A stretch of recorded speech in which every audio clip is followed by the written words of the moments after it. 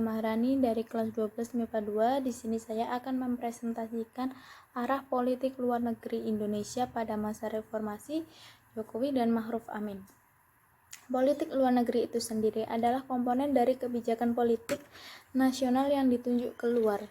Dengan kata lain, politik luar negeri merupakan pencerminan dari kepentingan nasional yang merupakan bagian dari keseluruhan. Sampai menjelang pelantikan Joko Widodo Ma'ruf Amin sebagai presiden wakil presiden periode 2019 sampai 2024, pada masa Oktober 2019, isu hubungan internasional atau politik luar negeri Indonesia belum banyak diangkat di media massa.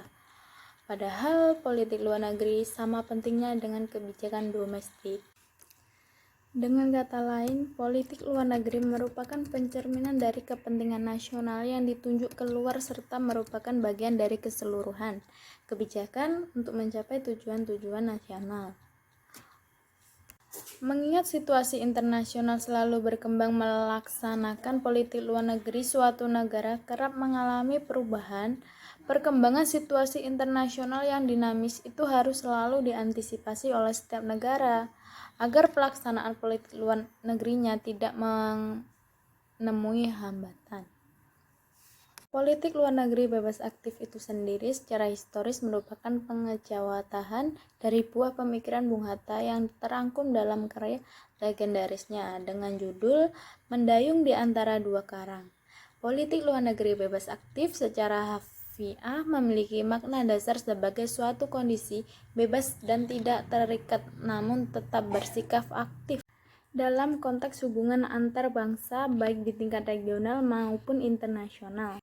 Dalam hubungan ini, jajaran Kementerian Luar Negeri Republik Indonesia terus menggelorakan perjuangan Indonesia untuk berdamaian dunia, mulai dari Palestina, Afghanistan, hingga Myanmar. Upaya tersebut dilakukan secara konsisten bukan semata-mata disebabkan karena Indonesia penduduk muslim terbesar di dunia, tetapi adalah karena adanya amanat konstitusi. Dalam pembukaan Undang-Undang Dasar 1945 tertulis bahwa sesungguhnya kemerdekaan itu adalah hak segala bangsa dan oleh sebab itu maka penjajahan di atas dunia harus dihapuskan karena tidak sesuai dengan peri kemanusiaan dan peri keadilan. Perhatian politik luar negeri Indonesia pada 2019 juga tercantum pada keanggotaan Indonesia Dewan Keamanan Perserikatan Bangsa-Bangsa atau disingkat dengan DKPBB, di mana Indonesia menjabat sebagai anggota tidak tetap DKPBB periode 2019 sampai dengan 2020. Adapun kinerja positif dari pemerintahan Jokowi dan Yusuf Kala dalam pelaksanaan politik luar negeri selama hampir 5 tahun terakhir antara lain penolakan yang tegas terkait status Yerusalem sebagai ibu kota Israel. Di samping itu, Indonesia dapat membina hubungan yang relatif baik dengan negara-negara ASEAN dan negara-negara Asia Pasifik yang pertumbuhan ekonomi terutama dari sektor pariwisata yang menjanjikan.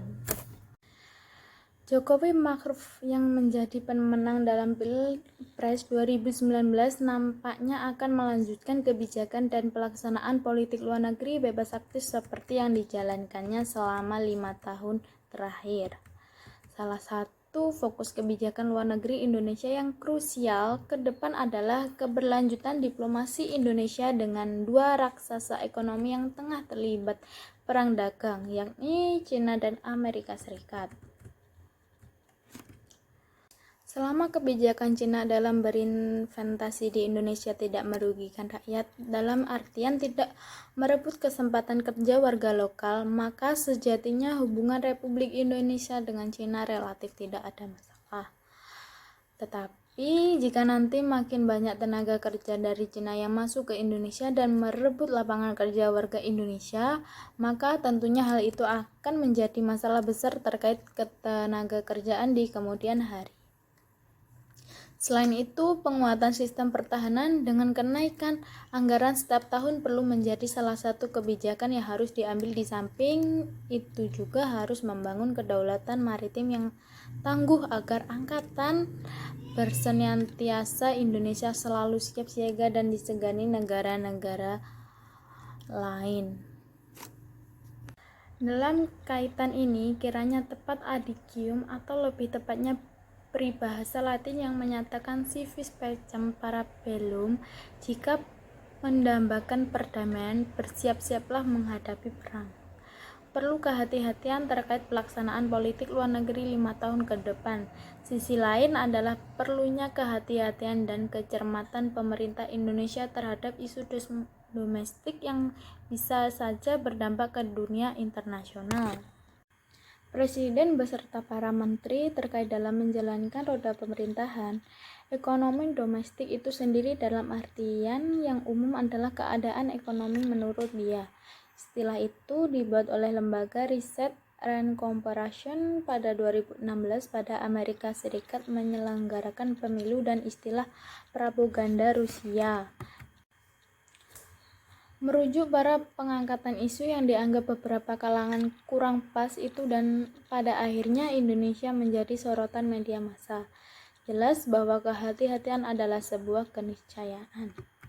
Sementara itu, tantangan untuk memajukan ekonomi domestik serta untuk menyiasati situasi internasional dan penuh dinamika menurut adanya kepiawaian nasional yang berkembang pada satu periode tertentu. Keadaan ekonomi amat berpengaruh terhadap kelangsungan hidup atau eksistensi suatu negara, khususnya terhadap eksistensi pemerintahan yang berkuasa.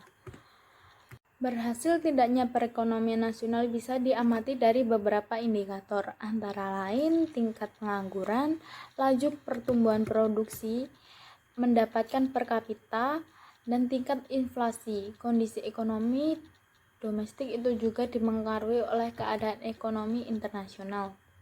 Terkait upaya memajukan perekonomian nasional, Presiden Jokowi dalam beberapa kesempatan menyatakan perlunya sikap optimis sambil berharap adanya perbaikan dan kemajuan ekonomi internasional.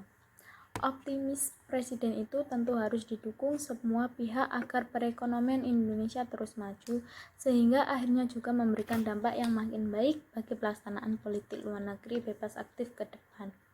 Sekian dari saya. Wassalamualaikum warahmatullahi wabarakatuh.